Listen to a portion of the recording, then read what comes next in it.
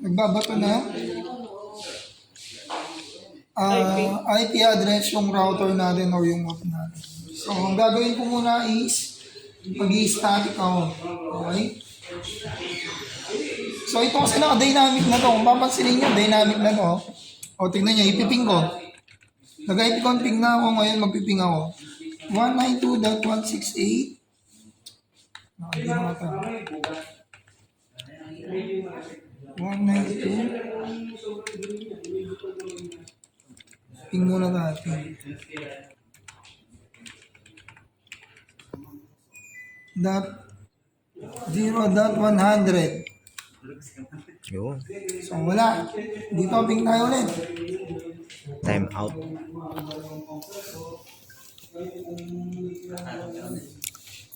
Ping 192.168.0.101. Tignan ninyo, request time out. Susolusyonan natin yan. Naka-dynamic tayo ngayon, eh. Yes, sir. Usually, anong chinecheck natin kapag nagre-request time out? Firewall tayo. So, nag-right click ako rito. Open Network Sharing Center. So, firewall tayo. Tignan natin kung naka-on siya. So, naka-on. Naka-green siya. Gagawin natin, turn off natin. Turn off Windows Firewall. So, i-turn off ko yan. Okay. So, guys, na-turn off ko na. Tignan natin. Try natin iping ulit. Nagping ako ulit. Wala pa rin. Nagping na ako dito. Pumayag na. Kasi nga, binabana natin yung firewall nito. So, wala na siyang guard. Nagping ito.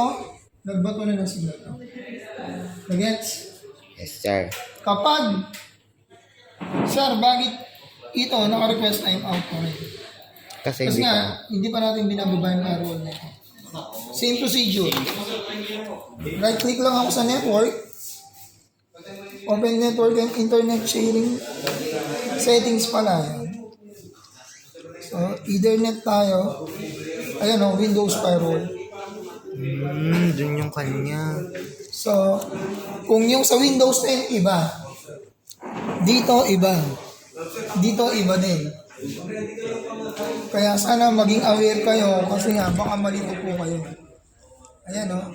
Firewall is on. So, ibababa natin lahat ng firewall nila.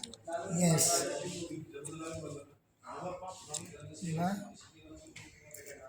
Lahat ng firewall, i-off natin. Ito ba yung client, sir? Yan. Client po ito. Client.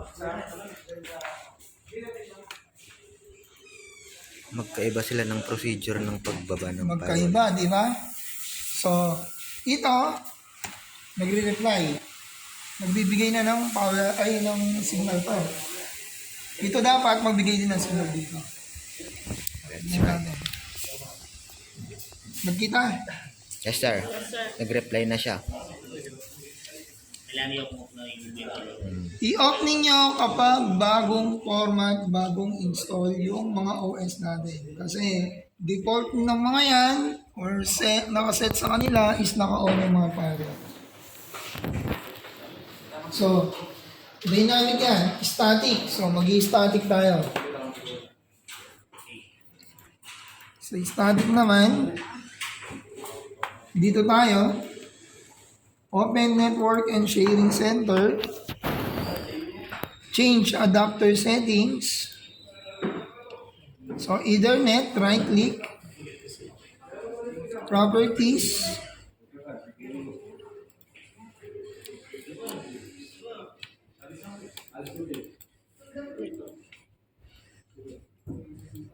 Ano nangyari? Ito siya. Ayun. So, click natin yung TCP IP version 4. Properties. So, dito tayo maglalagay ng IP address 192.100.100.1 sorry. Yun. Kapag tinag ko yan, automatic, maglalagay siya ng subnet mask. Ano yung subnet mask ng 192? Tatlong 255. Tatlong 255. Nag-tab lang ako, lumabas na. Nagets? Yun So, dapat. okay yun. ko na yan. Close ko na yan. Yan sa client naman. Gawin na rin natin dito. Right click.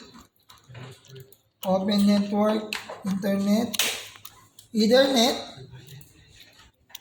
Change adapter option. Ayan, tignan yung pinagkaiba-iba nila. Ha? Pero dito pareho lang sila. Ayan. Right click properties. Version 4.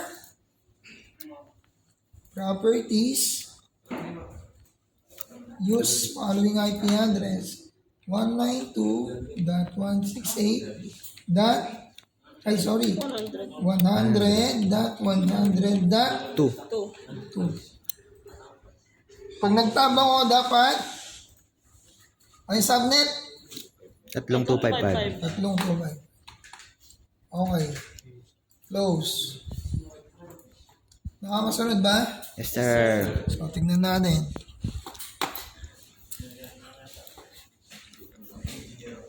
So, tingnan ko ulit. CMD IP config.